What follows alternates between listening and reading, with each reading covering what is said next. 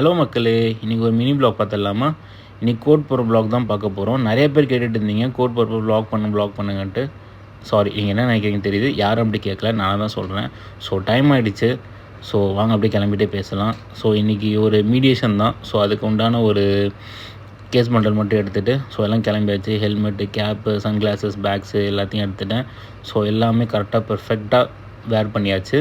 So வெயில் செம்ம வெயிலுங்க, முடியல. ஸோ வைல் டிரைவிங் வேர் ஹெல்மெட், முக்கியமாக கிளிப் மாட்டுங்க. ஸோ எக்மோர் கோர்ட்டுக்கு வந்தாச்சு. இன்றைக்கி எக்மோரில் தான் இன்றைக்கி நம்மளுக்கு கேஸ் இன்றைக்கி. ஸோ இந்த neck band, blazer and ropes எல்லாத்தையும் நம்ம டக்குன்னு வேர் பண்ணிவிட்டு இப்போ நம்ம எக்மோர் கோர்ட்டுக்கு நம்ம போகிறோம், உள்ளே போகிறோம். ஸோ இது பார்க்கிங் இது. ஸோ அப்படியே நம்ம எக்மோர் கோர்ட்டுக்குள்ளே வந்தாச்சு. இதுதான் எக்மோர் கோர்ட்டுங்க. ஸோ இப்படியே போய்ட்டு நான் லிஃப்ட்டுக்காக போய் வெயிட் பண்ணணும். ஏன்னா லிஃப்ட் இன்னும் 4th ஃப்ளோரில் தான் இருந்தது. ஸோ இது மீடியேஷன் சென்டர். மீடியம் செட்டுக்கு நான் ஃபஸ்ட்டாலாம் வந்துட்டு யாருமே வரல. டக்குன்னு நாங்கள் ஒர்க்கும் முடிஞ்சிச்சு. அந்த ஒர்க் முடிச்சுட்டு திருப்பி ஆக்சசரிஸ்லாம் வேர் பண்ணிவிட்டு நானும் கிளம்பிட்டேன். பார் கவுன்சில் ஒரு ஒர்க் இருந்தது. அதையும் போய்ட்டு அந்த பார் கவுன்சில் ஒர்க் முடிச்சுட்டு செம வேலை முடியல.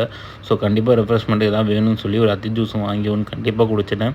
அப்புறம் நானும் வீட்டுக்கு கிளம்பிட்டேன். இதுக்கப்புறம் எனக்கு ஒரு ஷூட் ஒன்று இருக்குது. அந்த போய் ஷூட்டை முடிக்க போகிறேன். பாய்.